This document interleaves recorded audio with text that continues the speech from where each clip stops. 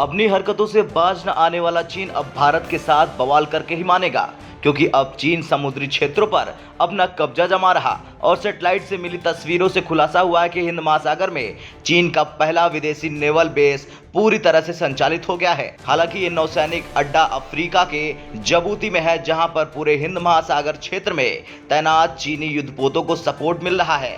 इससे भारत के लिए हिंद महासागर में खतरा और भी ज्यादा बढ़ गया है। अब जिबूती की बात करें तो जिबूती में चीन ने अपना पहला विदेशी सैन्य अड्डा बनाया है, जिसकी कुल लागत $590 मिलियन है और ये 2016 से निर्माणाधीन है। अब यह महत्वपूर्ण समुद्री क्षेत्र बन गया, क्योंकि ये अदन की खाड़ी और लाल सागर और गार्ड को अलग करता है। स्वेज नहर के बीच में होने के चलते ये अंतर्राष्ट्रीय वाणिज्य के सबसे महत्वपूर्ण चैनलों में से एक माना जाता है। चीन का जिबूती बेस एक महत्वपूर्ण तरीके से बनाया गया है, जिससे रक्षा की ऐसी परतें हैं जो लगभग मध्ययुगीन किलों की तरह दिखाई देती है। इसे स्पष्ट रूप से सीधे हमले का सामना करने के लिए डिजाइन किया गया है। अब ये तस्वीरें मैक्सर की तरफ से जारी की गई हैं, जिसकी सैटेलाइट तस्वीरों में एक चीनी जहाज युझाओ क्लास लैंडिंग जहाज यानी टाइप 071 साफ दिखाई दे रहा, जो एक एप्रन के पास स्थित 320 मीटर लंबे बर्थिंग क्षेत्र के साथ डॉक किया गया है, जो हेलीकॉप्टर संचालित के लिए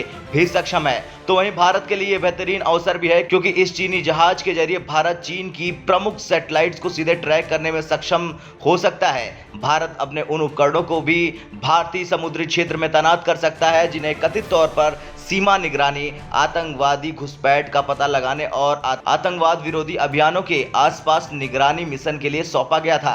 खैर, चीन जिस तरह से लगातार हरकतें कर रहा है, उसे लेकर भारत के विदेश मंत्री ने कल ही चीन को समझाया था।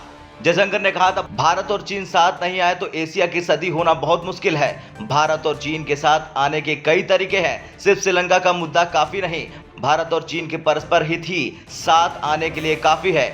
जयशंकर ने कहा, हम उम्मीद करते हैं कि चीन को यह बात समझ में आएगी और उसकी ओर बुद्धि का उदय होगा। उन्होंने कहा कि भारत ने पूरी क्षमता से श्रीलंका का सहयोग किया। इस साल हमने $3.8 अरब की आर्थिक मदद की। इसमें कर्ज की बढ़ाई गई सीमा शामिल है। रोहिंग्याओं के मामले में जयशंकर ने कहा, बांग्लादेश के साथ इस मुद्दे पर बातचीत चल रही है। उनके लिए ज्यादा जरूरी है कि उनकी वतन वापसी, और हम इसके लिए बांग्लादेश का समर्थन करते हैं। अभी बांग्लादेश में 10 लाख से अधिक रोहिंग्या मौजूद हैं, जो म्यांमार से वहां पहुंचे हैं। खैर, चीन शायद फिर से भारत से भिड़ने के मूड में दिख रहा, और इस बार भी भारत उसे ऐसा सबक सिखाएगा जिसे चीन सदियों तक नहीं भूल पाएगा। ब्यूरो रिपोर्ट, भारत तक।